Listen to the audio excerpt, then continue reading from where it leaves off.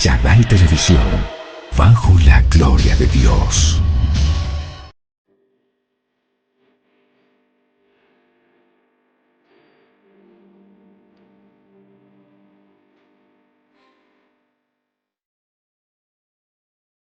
Hoy Dios nos trae una palabra muy especial, la que he titulado La cruz donde cambia todo. ¿Por qué hablar de esto? Porque es ahí donde nosotros nos encontramos con Jesús. Es ahí donde los demonios son puestos debajo de nuestros pies. Es ahí donde la nueva criatura nace en nosotros, una criatura espiritual y no carnal. Es ahí donde nosotros conocemos al Hijo de Dios en carne y hueso. Es ahí donde nosotros empezamos a ser redarguidos, transformados, cambiados, transformados. Una cosa tremenda, que nada ni nadie lo puede explicar. En la cruz encontramos paz, en la cruz encontramos vida, en la cruz encontramos todo lo que necesitamos. Pero ¿quién está en la cruz? ¿Qué representa la cruz? En la cruz está Jesucristo. Pero, ojo, aquí aclaro, Jesucristo resucitó.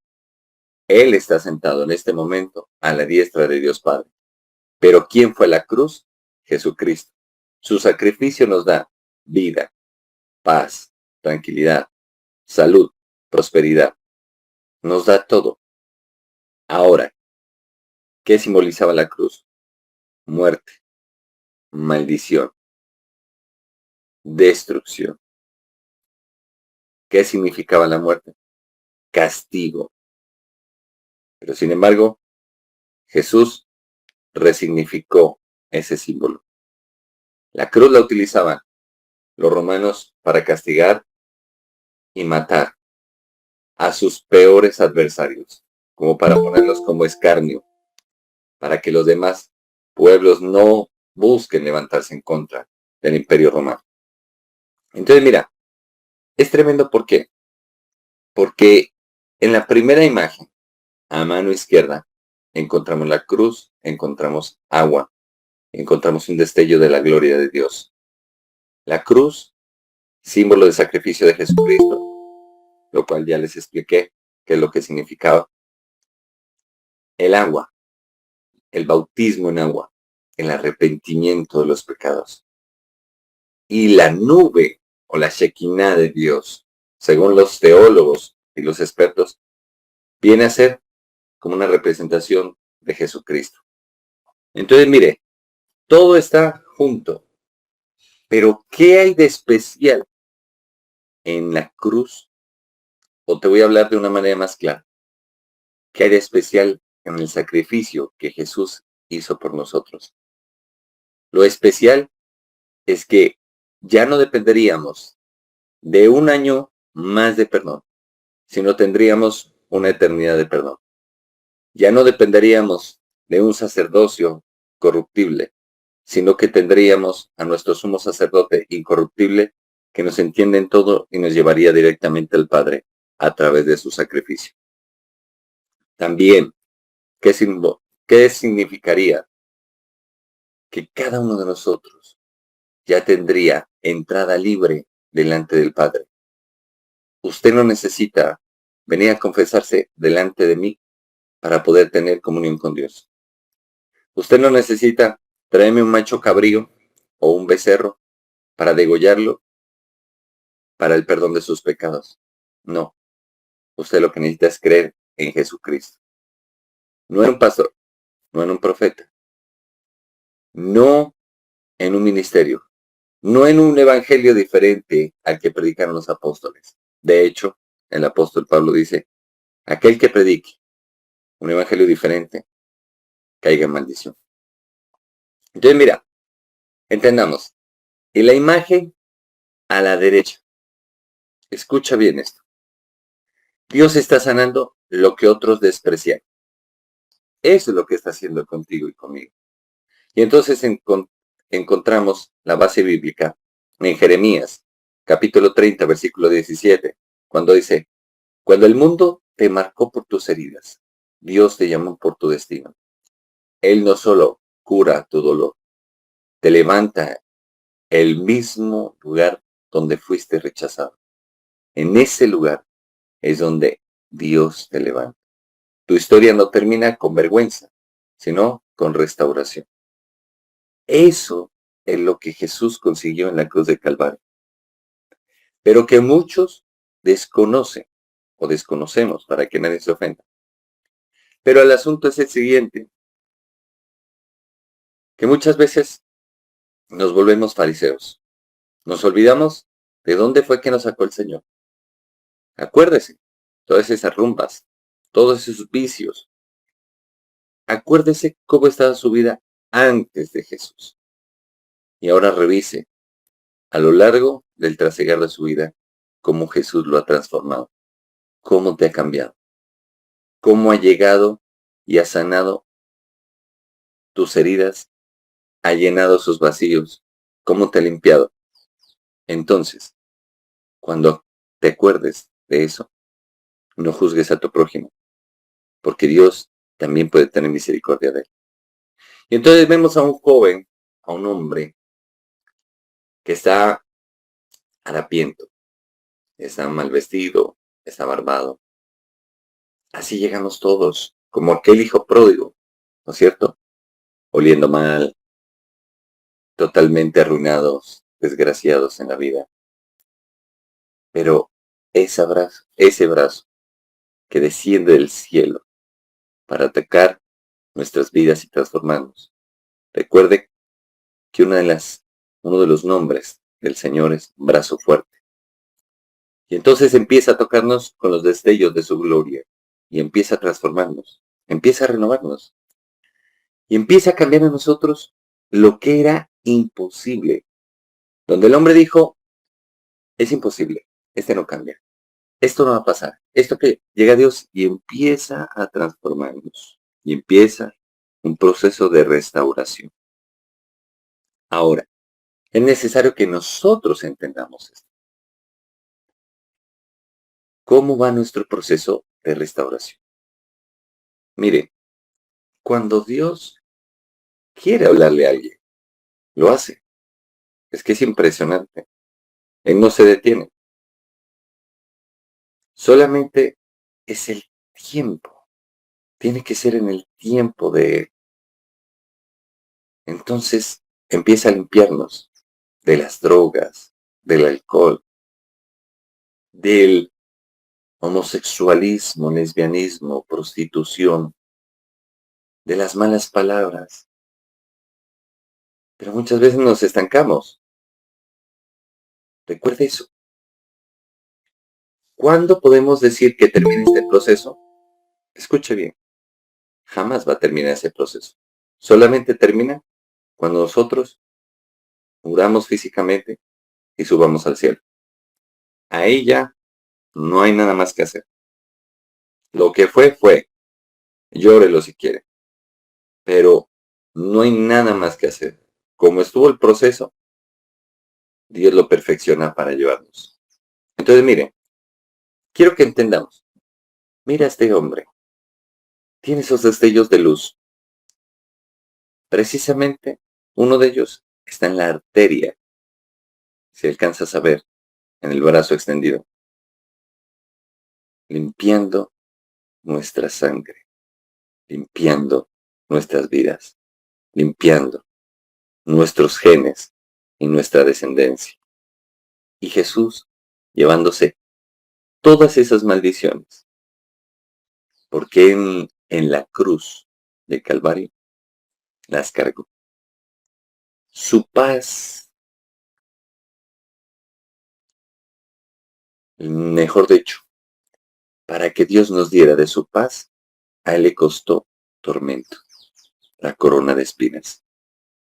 Y quiero que entendamos esto, miren, Jesús lo que hizo fue entregarse por cada uno de nosotros. Ahora, si tú me estás escuchando, o la persona que me vaya a escuchar, independientemente de raza, cultura, sexo, entiende esto. Cuando Jesús te toma, te empieza a cambiar. Y es que, ¿cómo luchar contra el océano,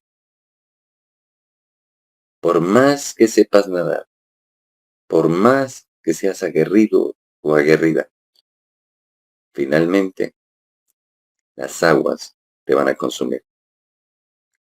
¿Qué te quiero decir? Que cuando Dios determina tocar tu vida, por más que intentes escapar de Él, no vas a poder luchar contra su amor. Y cuando te des cuenta, es que estás totalmente inundado e inundada del amor de Dios. Y eso nos cambia. Usted dirá, pero ¿por qué nos va a cambiar? Porque es un amor, primero, que nadie entiende.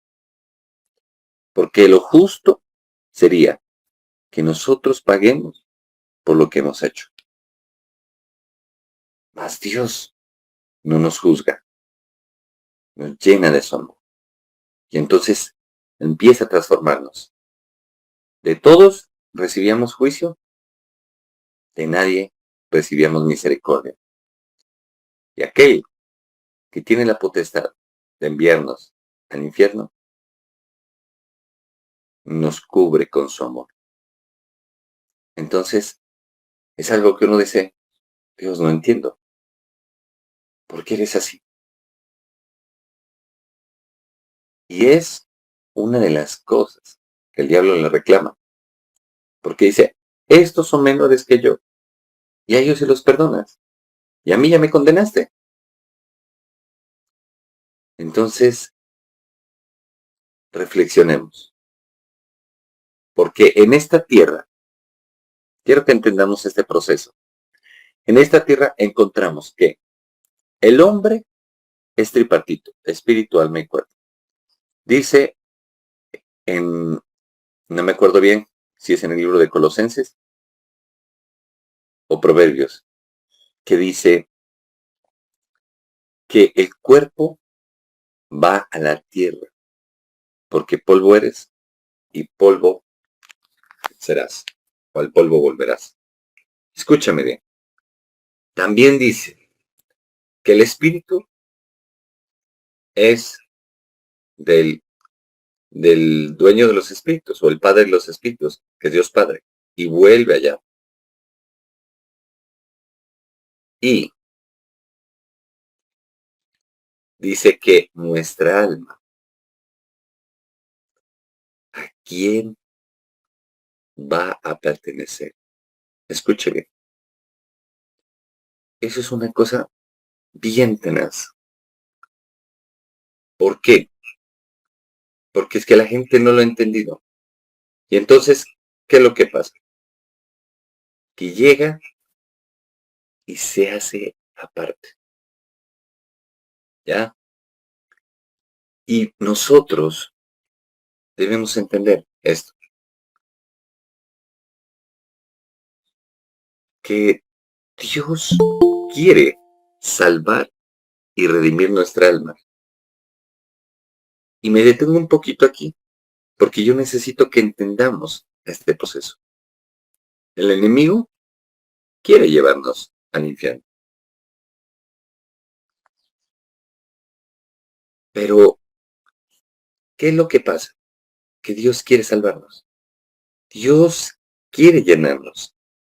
Y la Biblia claramente lo dice en Eclesiastés. Ese es el libro. Eclesiastés capítulo 12, versículo 7 en adelante. Dice, y el polvo vuelve a la tierra como era. El espíritu vuelve a Dios, que lo dio. Pero debemos entender que nuestra alma es la que está en juego. Y entonces, escuche bien lo que tengo que decirle. Es que esto es fundamental. Y si usted no lo entiende, el enemigo le gana la partida. ¿Y el alma para dónde va? Y hay una pelea en el amor. ¿Por qué? Porque Dios sacrificó a su Hijo en la cruz para salvarnos. ¿Salvarnos de qué? Del fuego eterno. La Biblia describe varios lugares y varios seres espirituales que parecieran ser seres mitológicos, pero no lo son. Entre esos encontramos el lago de fuego y azufre, que será la segunda muerte. Está la muerte misma.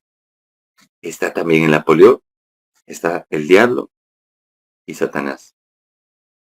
Y están miles de ángeles que decidieron desobedecer a Dios. Pero el lago de fuego y azufre fue creado para nosotros. Jamás. Entonces, ¿qué es lo que pasa? Que Dios manda a su Hijo para poder entender la condición humana, para saber qué es estar en este cuerpo físico, para derrotar al adversario en carne y hueso, así como éste derrotó, siendo espíritu, derrotó, ojo aquí, derrotó al hombre, y el hombre estaba en condición de carne y hueso. Entonces, ¿qué es lo que acontece? Llega el Señor y dice, bueno, los voy a salvar. Y entonces Dios empieza a tocar nuestras vidas. Y es aquí donde tú y yo tenemos que tener las cosas claras. ¿Por qué? Porque si no tenemos las cosas claras, nos ganan. Entonces, si nosotros no tenemos las cosas claras, no va a pasar nada. Y esta imagen que encontramos en la derecha refleja todo. Mira cómo está ese hombre. Así nos sentimos muchas veces. Estamos totalmente devastados. Y llega Dios con su amor, con su misericordia. No nos juzga, no nos acusa. Y empieza a tocarnos con su Santo Espíritu esos destellos que ves ahí, de luz. Y empieza a limpiarnos nuestro espíritu, nuestra alma, nuestro cuerpo, nuestra sangre, todo nuestro ser. Y empieza a cambiarnos. Y es ahí donde todo parte, la vida nueva. Por favor, mira claramente esta imagen. Juan capítulo 3, versículo 17. Dios no envió a su Hijo al mundo para condenar al mundo, sino para salvarlo por medio de él. ¿Cuántas veces nos sentimos así? Si usted no ha pasado por esas, déjame decirle, yo que llevo más de 20 años de cristiano, yo sí lo he pasado. Y no una, muchas veces. Uno a veces se siente que el agua le llega hasta el cuello. Y por eso Jesús dijo, en el libro de Isaías, el Señor dice, aunque pases por el fuego, no te quemarás. Y por las aguas, no te anegarás. Y es aquí donde nosotros debemos entender que Jesucristo está cerca de nosotros, no para juzgarnos, no para derribarnos, sino para rescatarnos. Si pudiéramos escuchar bien la voz de Dios, nos diría, hijitos, estoy aquí para ayudarles. Quiero sanarte tus heridas. Quiero restaurarte la fe. Quiero transformarte. Tan solo pon tus ojos en mí, dirá Jesús, y sígueme. Deja todo atrás. Sígueme. Y entonces nosotros le diremos como aquella mujer, porque a mí también ya me ha pasado, como aquella samaritana. No es que tú eres judío y yo samaritano. ¿Por qué vienes a mí? ¿Por qué me hablas si eres rabino? Tú siendo hombre y judío y maestro, ¿me hablas a mí que soy samaritana mujer? Lo mismo. Nosotros le decimos, Señor, ¿será que es posible? ¿Será que lo puedes hacer? Señor, es que de esto no me saca nadie. Y Dios dice, ¿acaso hay algo imposible para mí? Descansa en mí, yo te ayudo. Y entonces empieza un proceso de transformación. Pero, ¿qué utiliza Dios para transformarnos? Primero, su amor. Segundo, su comprensión. Tercero, su misericordia. Cuarto, su palabra. Quinto, los acontecimientos que nos rodean. Sexto, el quebrantamiento que tenemos. Y es que a veces podemos llegar, a causa de la amargura de nuestra alma, a entrar en discusión con Dios. Y si usted no ha entrado en discusión, déjeme decirle que yo sí. Más de una vez he tenido mis rollos con Dios. ¿Y qué pasa? Que Dios en su misericordia me va ayudando, me va transformando.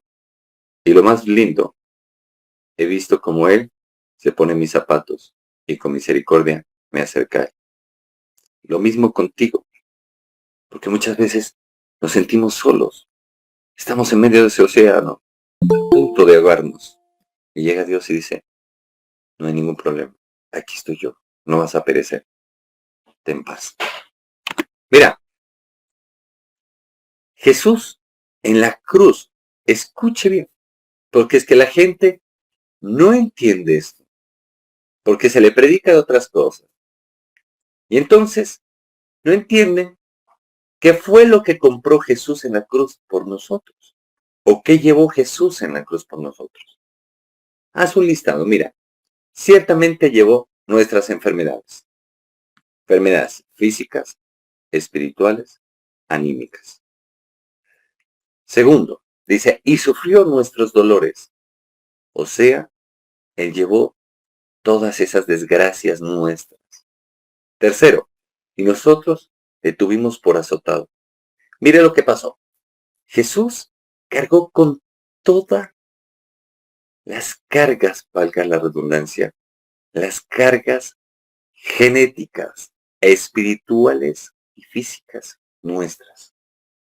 Cargó con nuestro pecado, cargó con nuestra maldad. Pero entonces, ¿cómo lo tuvimos?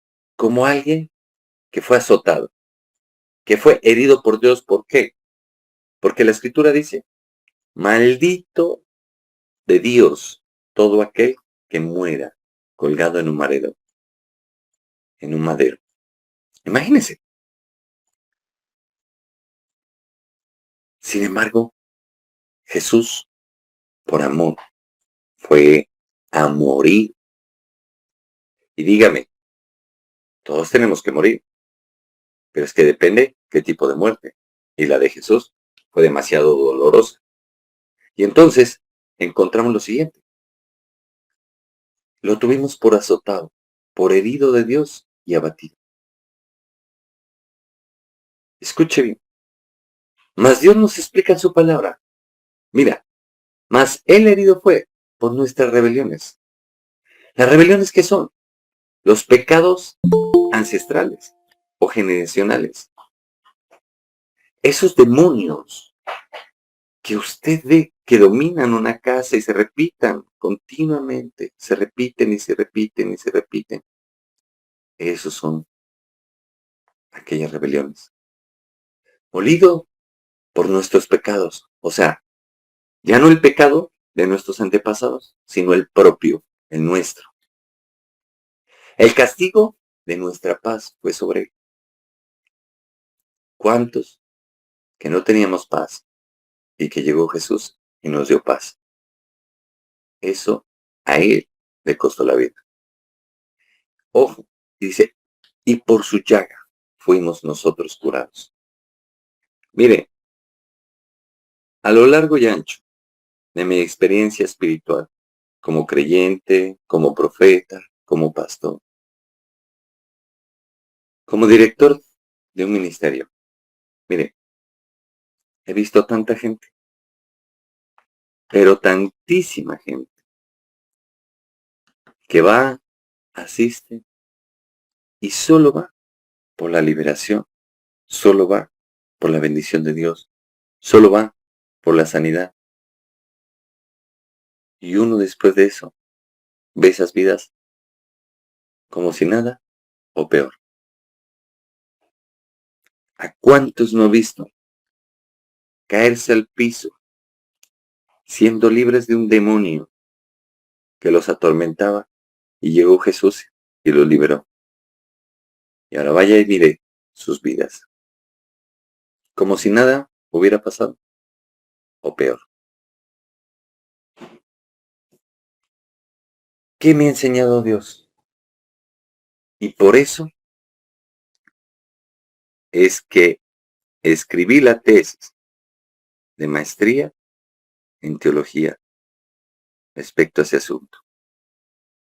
Y hablé acerca del poder que tiene la palabra de Dios para liberarnos.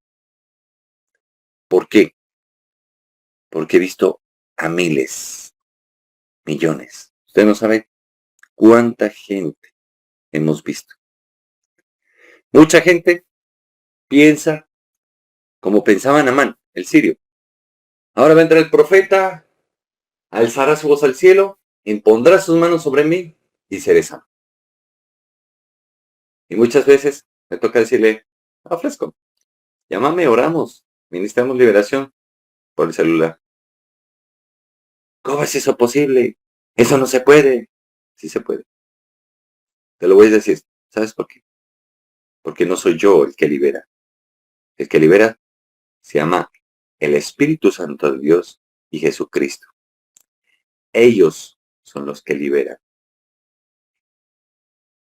Pero entonces, no, profeta, tome este pañuelo, limpieza el sudor y yo lo llevo y queda sana la gente. Así lo hacían en el tiempo de los apóstoles.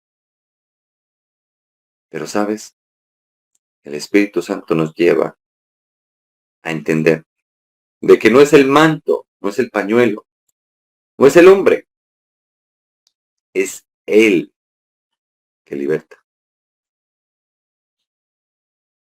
Mire, a veces yo le pregunto muchas cosas a Dios y a veces le digo, Señor, ¿y qué pasó aquí?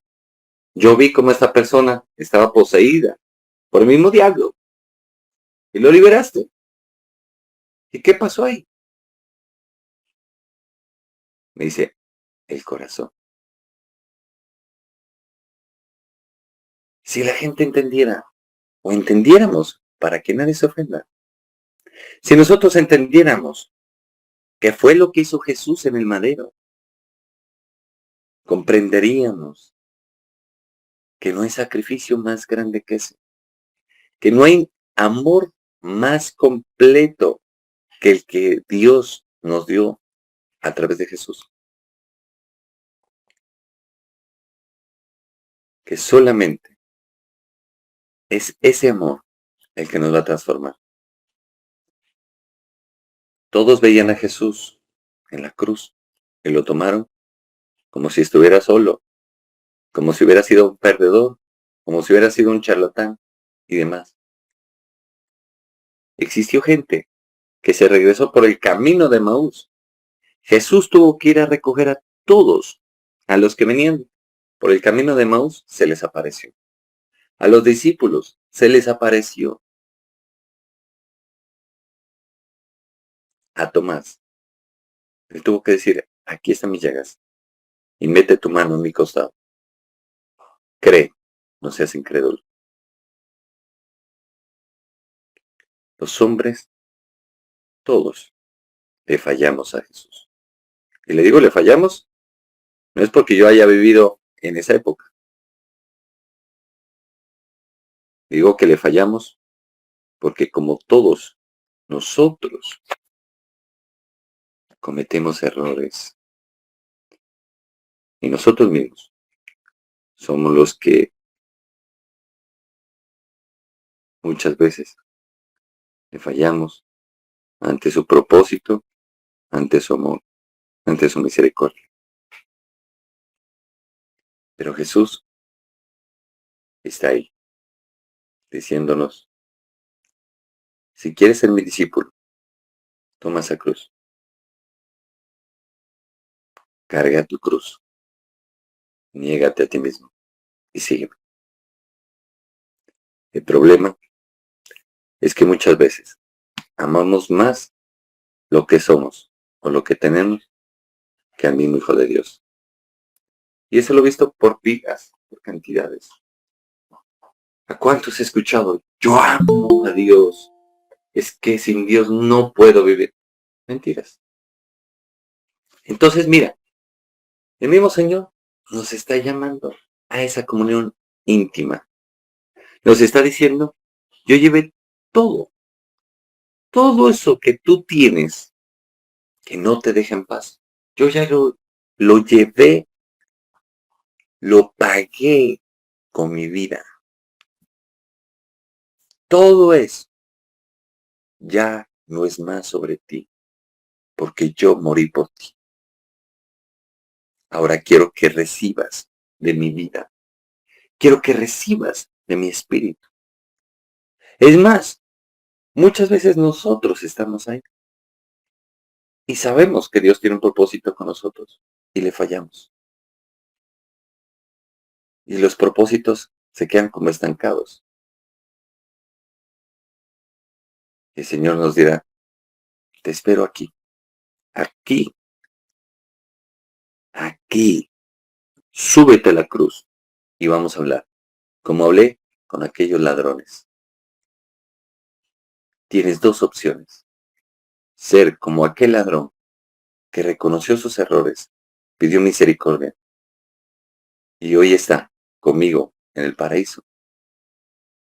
O burlarte de mí, como hizo el otro ladrón, y perder tus ojos y tu vida. Cada uno decide. Escúchame, te voy a hablar de algo que es totalmente verídico, comprobable, bíblicamente, en las experiencias en liberación, en las experiencias cuando las personas han estado en estado de muerte. Mire, la imagen a la izquierda, un ajedrez. Hay una batalla espiritual. Las fichas, usted y yo. ¿Quién se enfrenta a quién? Dios, a través de su Hijo Jesucristo, contra Satanás o el diablo.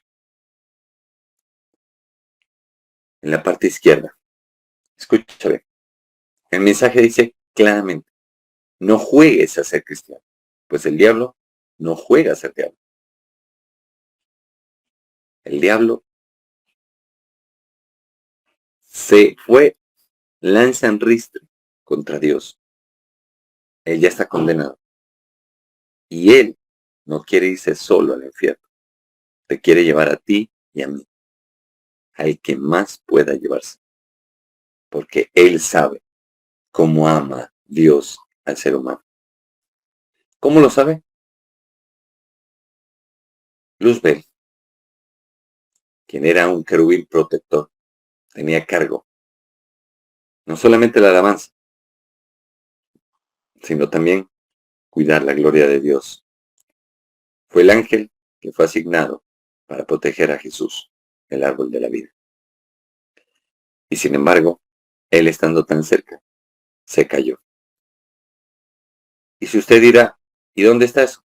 Búscalo. Lo dice el libro de Apocalipsis. Lo dice el libro de Isaías. Búscalo. Métete a Google. Escribe pasaje bíblico de quién era Luzbel, cómo cayó, y le va a aparecer. Escúchame. En el libro de Juan, capítulo 10, versículo 10 dijo, el ladrón no viene sino para hurtar, o sea, robar, matar y destruir. Y he visto a muchos que le permiten seguir haciendo esto por generaciones. Por generaciones. Volvamos al ajedrez. Se está dando una batalla espiritual. Cada ficha es un ser humano. Pero ese ser humano está conformado por su espíritu, alma y cuerpo.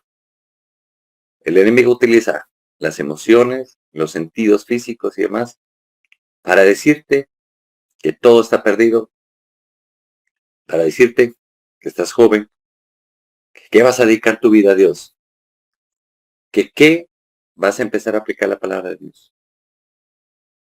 Y entonces influencia tu alma, tu mente, porque es el príncipe de la potestad del aire, quien tiene influencia sobre los hijos de desobediencia.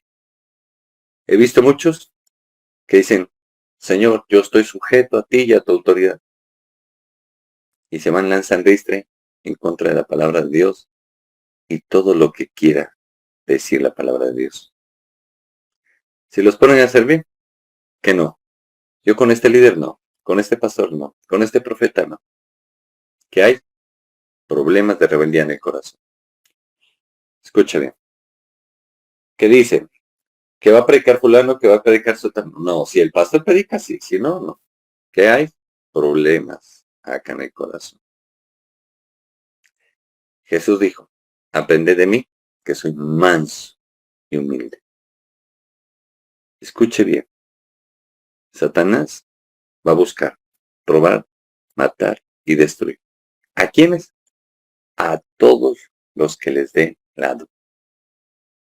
He visto gente que en liberaciones asisten a la iglesia durante mucho tiempo y los espíritus que los poseían decían, no, a mi hija o a mi hijo no los toques.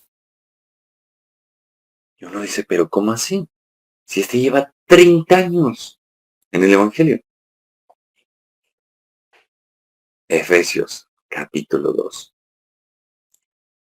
dice claramente, del 2 en adelante, que el príncipe de la potestad del aire opera sobre los hijos de desobediencia. ¿Desobediencia a quién? ¿A un pastor? ¿A un profeta? ¿A un apóstol? No. Desobediencia a la palabra de Dios.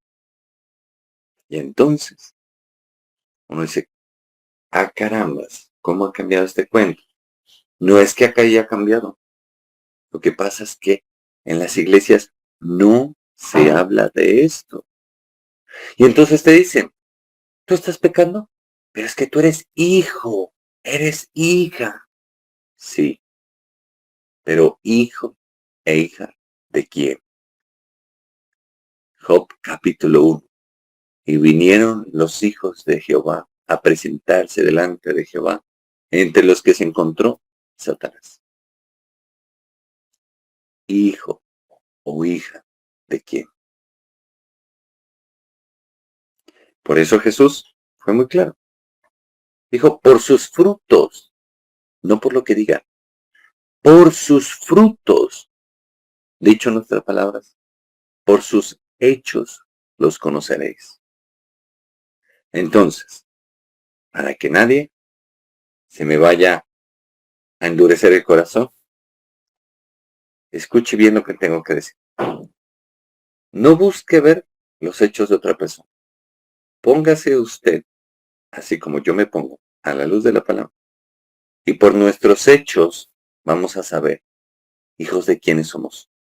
Si del diablo o de Jesús. Recuerde que los judíos le decían a Jesús, tú dices que somos esclavos. Si nosotros somos descendientes de Abraham, hijos de Abraham. Y Jesús les dijo, ¿acaso no saben? O mejor dicho, les dijo, ¿acaso no creen que yo sé que ustedes son hijos de Abraham? ¿Dónde está eso? Juan capítulo 8, versículos del 31 al 38. Por favor. De hecho, esa es la perícopa que tiene que ver con mi tesis. Escuche bien. Y les dice claramente,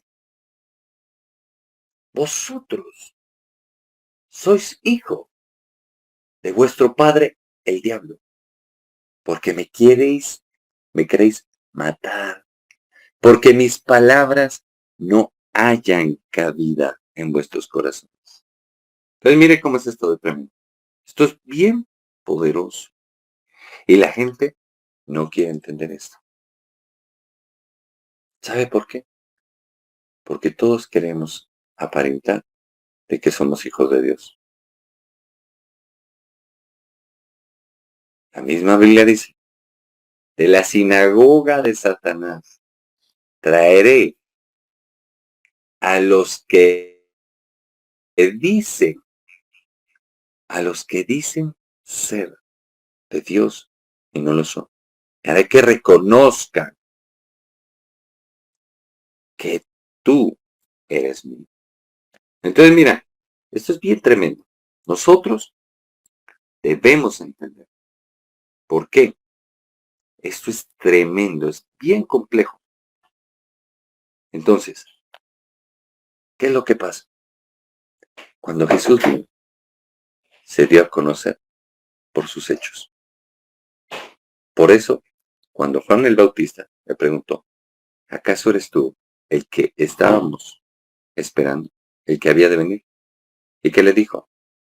Le dijo, díganle a Juan, que los ciegos ven, los sordos oyen, los cojos andan. ¿Qué le estaba diciendo? Los hechos que Jesús estaba haciendo. Y dice Juan capítulo 10, versículo 10, en la parte B, dice, yo he venido, dice Jesús, para que tengan vida y para que la tengan en abundancia. Si nosotros no nos dejamos enseñar, iba a decir entender, pero si nosotros no nos dejamos enseñar por el Señor para poder entender todo esto, nos condenamos. Ahora, en la imagen del lado derecho aparece la muerte, pero aparece alguien que es el barquero. Acuérdese que la mitología griega habla de Caronte y el río Cosito.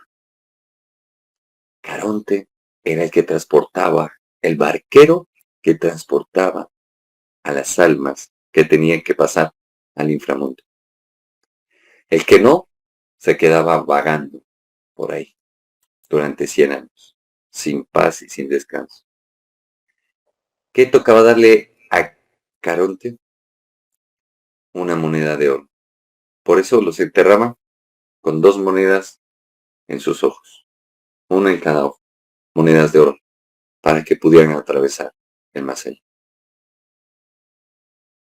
Todo esto hace parte de las mitologías griegas y de otras culturas. Sin embargo, ¿qué acontece? ¿Qué es lo que va a impedir de que la muerte nos toque? ¿Qué va a impedir de que el enemigo nos pueda tocar a nosotros? De que nosotros tengamos a Jesús en nuestro corazón. De que nosotros tengamos la presencia del Espíritu Santo. De que nosotros estemos sellados con el nombre del Padre, del Hijo y del Espíritu Santo en nuestra frente y en nuestro corazón. ¿Por qué? Porque aún la misma Biblia, en el libro de Apocalipsis capítulo 13, nos refiere de que cuando llegue el anticristo, pondrá la marca, el 666, o en la frente o en la mano. Todo nos lo dice la Biblia. Por eso es importante acercarnos a ella. Ahora, escucha bien lo que tengo que decirte, porque esto es poderoso. Mira, entendamos esto. Esta imagen lo dice todo. Jesús cuando vino, dice el libro de Mateo, capítulo 23, versículo 33, dice, serpientes, generación de víboras, ¿cómo escaparéis de la condenación del infierno? ¿A quién se lo dijo Jesús? A los fariseos. Y encontramos a mano derecha, mira, esta alma atormentada, miles de almas envueltas en fuego. El libro de Apocalipsis abierto, capítulo 20, versículo 15 dice, y el que no se halló inscrito en el libro de la vida fue lanzado al lago de fuego.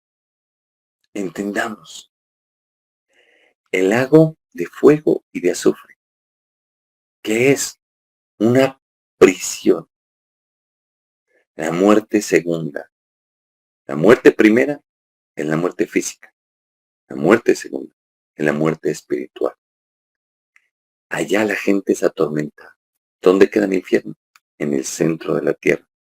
Ya está demostrado hasta científicamente. Como les compartía la otra vez el video. Mire, escuche bien. Dios no nos creó para que fuésemos allá. Esa prisión fue creada para Lucifer y sus demonios. Mas Él busca llevarnos allá. ¿Cómo? Haciéndonos pecar. Pero escuche bien lo que le voy a decir, que esto es clave. Y si me estás escuchando o me vas a escuchar, no tengas miedo. No estoy tratando de infundirte miedo. Entiende lo que trato de decir. Esa es una prisión de tormento y de oscuridad, creada para Lucifer y sus demonios. Pero las almas que no se convierten a Jesús se van para allá. Así hayan predicado, así hayan hecho milagros, sanidades, liberaciones. Hayan lo que hayan hecho, se van para allá. Más claro de no se puede hablar. Entendamos esto. La decisión la tomamos nosotros. ¿Por qué? Escuche bien, le voy a explicar esto. Dice Jesús en su palabra, ¿dónde está, oh muerte, tu aguijón? ¿Cuál es el aguijón de la muerte? El pecado. ¿Por qué? Porque la ley dice, la paga del pecado es muerte. Entonces, por eso Jesús le dijo, ¿dónde está, oh muerte, tu aguijón? No le podía hacer daño, porque Jesús no conoció pecado. Y entonces le dice, sorbida en la muerte en victoria. ¿Qué le estaba diciendo? Voy a poner mi vida, me van a matar físicamente, pero no me vas a poder retener, porque yo no he pecado. ¿Qué es lo que quiere Dios? Que entendamos, usted y yo vivimos pecando. Pecado grande, pecado pequeño, todos son iguales. La paga del pecado es muerte. O sea, que el aguijón de la muerte nos alcanza. Mas, Jesús dijo, yo soy la resurrección y la vida.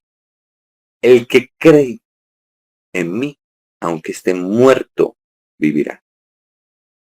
Jesús, cuando fue al madero, estuvo 3 días y 3 noches en el infierno, predicando, recogiendo las almas del seno de Abraham y las almas que estaban en el infierno y que decidían creer en Jesús, se salvaban. ¿Por qué? Porque Dios es justo. Porque cuando vino Jesús ya habían pasado muchas generaciones que se habían condenado y jamás habían podido oír hablar acerca de Dios. Pero Adán y Eva sabían quién era Dios. ¿Y por qué nunca hablar? Porque ellos se murieron espiritualmente. Entonces, Dios en su justicia vino a salvar lo que se había perdido. Y por eso hoy tú y yo estamos escuchando esta predicación.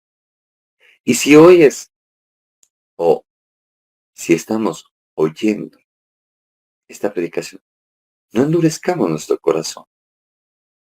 Simple y llanamente te quiero decir, Dios te quiere librar de la muerte segunda. Dios quiere librarte de Satanás y de sus demonios. Dios quiere librarte de tus propios errores. Tan solo tienes que permitir de que Dios te transforme, de que Dios te cambie. ¿Y eso cómo es posible? En la medida en que empiezas a leer la palabra de Dios y empiezas a aplicarla. ¿Entiende? La palabra de Dios tiene poder. Es tanto así que, como les decía, actores que han actuado como los personajes bíblicos, han tenido experiencias bien profundas y se terminan convirtiendo a Jesús. Entonces es lo mismo, tú escoges o el cielo o el infierno. ¿De quién depende esto? No depende de mí como pastor tuyo, no, depende de ti. La salvación es individual, la elección es individual. Tú escoges qué decir, qué hacer, qué vivir. Por eso te invito, ven, vamos a orar. En este Día de las Madres, quiero orar por todas las madres y sus familias. Vamos a orar. Papito Dios, gracias por tu misericordia. Gracias por tu amor, Señor Jesús. Porque tú nos enseñas lo siguiente. Esto está en Lucas capítulo 19, versículo 10. El Hijo del Hombre vino a buscar y a salvar lo que se había perdido. No caigamos en los legalismos de decir, es que es porque yo soy perfecto, que Dios me ayuda, que Dios me salva. No, no hagamos eso. Ahí, en nuestra debilidad, nuestra flaqueza como seres humanos, ahí Dios se glorifica y nos dice, hijos, os amo, vengo a rescatarlos. Por eso, bendigo tu santo nombre, Papito Dios. Gracias por tu Hijo Jesucristo. Gracias por su sacrificio. Y gracias por regalarnos una segunda oportunidad a través de él. Hoy te pido que nos ayudes. Te pido por todo aquel que esté perdido, para que tú toques nuestras vidas, nos transformes y nos lleves hacia ti. Sálvanos de la ira venidera. Sálvanos de la condenación eterna. Perdona nuestros pecados y ayúdanos. Fortalécenos en Cristo Jesús para que podamos hacer nuevas criaturas y vivir con Cristo Jesús juntamente crucificados. Líbranos de las acechanzas del diablo y del mal, porque tú eres bueno y misericordioso. Líbranos de nuestro propio pecado. Y hoy te oro, Señor, por todas las mamitas. Te pido, Señor, que tú bendigas sus vidas, escucha sus oraciones y te pido que si hay alguien de ellas que está orando por la conversión de sus hijos y demás, escúchala, Señor, ten misericordia. Te ruego, Señor, escucha el clamor de aquellas madres que oran por sus hijos que están en drogas, que están enfermos, por sus hijos que están perdidos, Señor. Ve, sálvalos, Señor, porque para eso te manifestaste, Jesús, para deshacer las obras del diablo. Hoy delante de ti te entrego todo eso. Descanso en ti, te pido, Señor, que los bendigas. En el nombre poderoso de Jesús. Amén y amén.